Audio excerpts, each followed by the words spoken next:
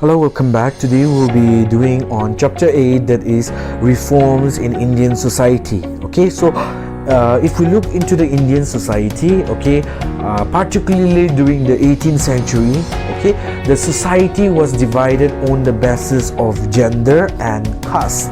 Okay, gender means male and female. Okay, discrimination between male and female, and on the basis of caste. Okay, caste, India was divided into different caste system. Okay, so like the Brahmins occupying the highest position. Okay, and then we have the Kastriyas, the Vaishyas, okay, as well as the Shudras. All these are the caste system which was prevalent in India. Okay, and particularly women. Okay, when we look into the condition of women, okay, women were not allowed to go for studies. Okay, they were not allowed to go for studies, and they were married off at a very early age. Okay, as early as 12-13 years, women or girl child will be married off. Okay, and if a husband dies, okay, the women, okay, the widow, okay, the widow is not allowed to get married again with anyone.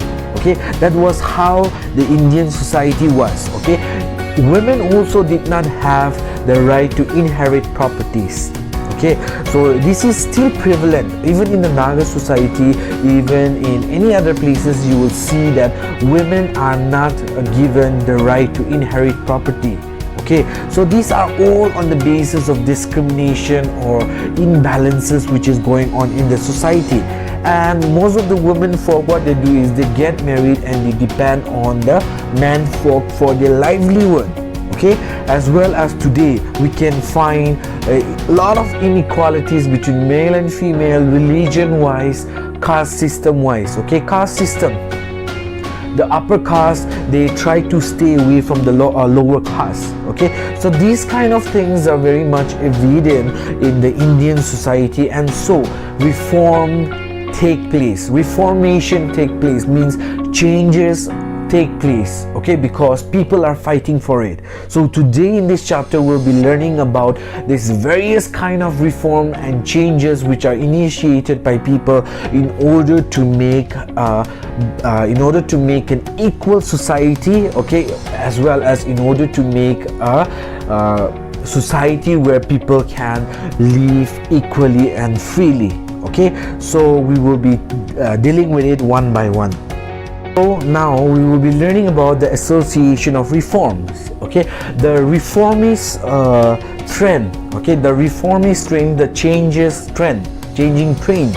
Okay, emerged during the first half of the 19th century. Okay, by the half of the 19th century, we could see that these learned people in India, they were not happy with the social evils that was going on, as well as the superstitious beliefs that the Indians were, believing in. Okay, they did not want this kind of beliefs and social evils being in existence in India. So what happened was they started this change by organizing and building up associations. Okay, so the first is the BRAHMO SAMAJ. Okay, it was created in the year 1828, okay, by Raja Ram Mohan Roy. You can just see his picture in the slide. Okay, and at first when the BRAHMO SAMAJ came, okay, it was known as BRAHMO Sabha. Okay, later it was changed into BRAHMO SAMAJ. Okay, and this was originated first in Calcutta. Okay, the BRAHMO SAMAJ originated in Calcutta in order to work for the social and religious reform. Okay, in order to change the society. Okay, as well as to bring some changes in the religious beliefs of the people. Okay, Dekendranath Tagore as well as Keshav Chandra Sen, okay, were actively involved in these activities. So these two persons also played an active role in bringing change as well as bringing reform through the BRAHMO SAMAJ which was created.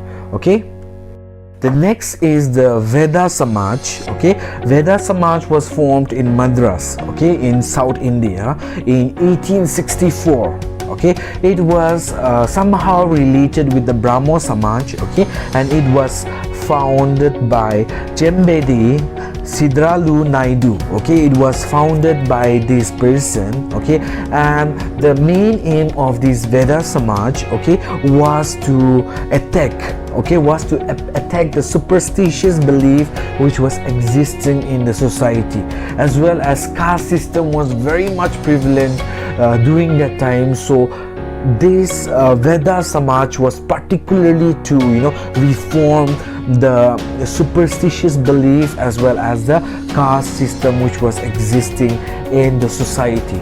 And this Veda Samaj played a very important role in order to promote women education. Okay, women need to be educated. Okay, so this Veda Samaj played a very important role for the education of women, and also encourage remarriage of widows, because according to the Indian system, a person, after she loses her husband, she has no right to get married again. So according to the Veda Samaj, it gives or it encouraged widows to get married, remarried again, and start their life new. Okay, and start their life anew. Okay, next we have the Pradhana Samaj. Okay, in this Pradhana Samaj, it was founded by Mahadev Govind Ranade, okay, and Ramakrishna, okay, Mandekar. It was founded in Bombay in 1867, and its main aim, okay, was for the abolition of caste system, was to remove caste system in India. Okay, as well as to remove untouchability, because untouchability was a very sensitive topic during that time. So they wanted to remove untouchability as well. Okay, they wanted to improve the status of women. Okay, widow remarriage, they emphasize on widow remarriage, as well as Muslims and Hindu unity and the spread of modern education. Okay, next is the Satya Hodak Samaj. Okay, it was formed in 1873, okay, by Jyoti Rao Govindarao Phule. Okay, affectionately he was called as Mahatma Phule or Jyotipa. Okay, he founded this group or association in order to open the association for all the members of different religion. Okay, the association also, okay, propagated or preached about caste equality. Okay, there should be no division on the basis of caste. Okay, so they focus on that, and they also worked for the upliftment, okay, of the oppressed caste, okay, of the oppressed classes, means those people who were poor and they were neglected by the society. He wanted to uplift them through this association that he created. Okay, next is the Arya Samaj. Okay, the Arya Samaj was founded by Swami Dayanand Saraswati, and it was formed in 1875. Okay, so the main thing that was preached by this association was for the remarriage of the widow women. Okay, the widow people can remarry again, okay, if they want. Okay, next is the Ramakrishna Mission, which was started off by Swami Vivekananda. Okay, and it was mainly found, okay, it mainly founded it was found in the year 1897, okay, to work for the social religious reform, okay, in India. So the women in reform, okay, that is the other topic. Okay, so women in reform played a very important role, because reformers in India, they wanted to focus mostly on women, because women were subjected to many inequalities as well as social evils. Okay, so they wanted to improve the condition of women in India in order to improve the society. Okay, in order to uplift the women in the society, this association or reforms were set up by different learned people. Okay, some of the social evils which were implicated against women were the practice of sati. Okay, so in the first picture you can just see, okay, if the husband dies, okay, and this was much prevalent in parts of Bengal. Okay, so what happened was, if the husband dies, okay, then what happened is the female have to jump, or she will be forcefully sent into the fire prey, okay, of the husband. Okay, the husband is being burned, so what they will do is they will directly take the woman to die together with the husband. Okay, they will throw the woman to the fire, okay, where the husband is being burned. Okay, so that is called as sati. Okay, this was practiced heavily in India. And lack of education was not imparted to girls in India because they felt that it was useless educating the girls. Okay, so they needed to change that as well. Child marriage was very much prevalent. They were not given education, so they did not feel necessary to give the woman child or the girl child. So by around 12 to 15 years they would be married off. Okay, female infanticide. Okay, in India people prefer more male. Okay, so what they do is when they know that it's a female, okay, right before or even before the child is born, okay, they will abort or they will kill the child. Okay, so these kind of activities prevailed in India. Okay, so because of which reformers came about. Okay, so they wanted to change the system of burning of sati. Okay, banning sati. They wanted to ban sati. Okay, because it was considered as the most barbaric thing, you know, letting a person die because he's like her, you know, loved one passed away. Okay, so this was a very bad. Okay, and Raja Ram Mohan Roy also, okay, you know, launched a campaign against it, and he also wanted to remove this sati, the practice of sati in India. And so what happened, finally it was declared as illegal. Okay, the practice of sati was considered illegal in the year 1829. Okay, widow remarriage. Okay, now if a husband dies, okay, now the female becomes a widow.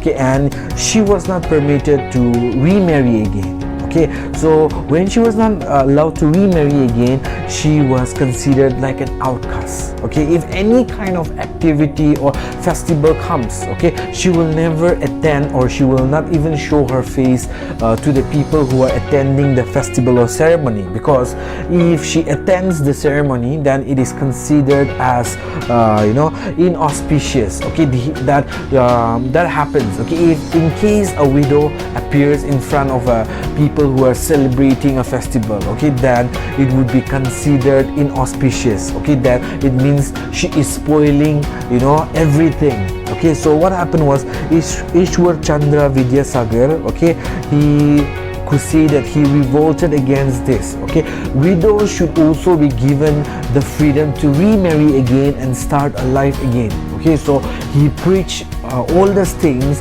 and finally, okay, the Hindu Widow Remarriage Act was passed in 1856. It's 1856. Okay, it's not 1956. Okay, because of the contribution made by Ishwar Chandra Vidyasagar. Education for girls. Okay, likewise I told you, education was not considered important. Okay, because for girls especially, because they would be married off to another family. Okay, and her education would be pointless and would be useless. Okay, that was how the Indian society was. Today, fortunately, the situation is different. Women are excelling in every sphere and in every field. Okay, but what happened during that time was women were not given a voice. Women were not allowed to go for acquiring education. Okay, at times women have to be under the control of the father when during her childhood. Okay, and after, you know, after she gets married off, in her older days she has to depend on her husband, and in her final years she has to depend on her children. Okay, so that is how the Indian society mentality kept on going. Okay, so we have reformers such as Mahatma Phule or Jyotiba Phule. Okay, we also have Ishwar Chandra Vidyasagar. okay, as well as Savitribai Phule. Okay, these were important people who stood out against the education for girls. Okay, they told that women should be educated, okay, in order for the society to progress. Okay, in 1848, okay, Jyotiba Phule, or commonly known as Mahatma Phule, opened schools for girls, okay, mostly belonging to the lower caste people in India. Okay, so we can see slowly progress taking place because these reformers were contributing too much to the Indian society. Okay, and as such, because of these reformers today, okay, even girls have their rights to go to the school, okay, to go attend colleges, to do whatever they want. Okay, so that is how these reformers helped the people. So law against child marriage.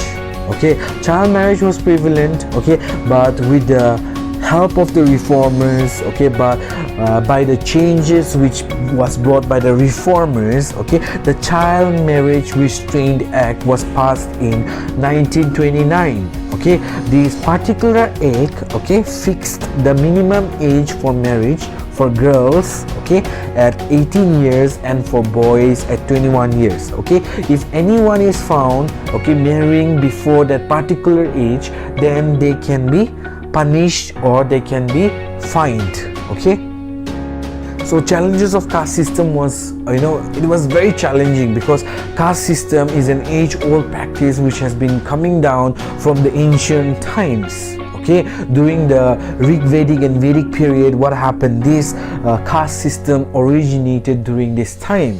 Okay, and so it kept on moving towards the modern era as well. Okay, and so what happened was Hindus were divided into castes and subcastes. Okay, at the bottom, okay, we can see they were the untouchables. Okay, so if the untouchables they cross paths, or if the untouchables their shadow touch on any people from the upper caste, then they pollute them. Okay, so this was a kind of a society which India was before. Okay, so we will see, okay, how the magnitude of caste system was prevailing in parts of Eastern India, Western India and Southern India.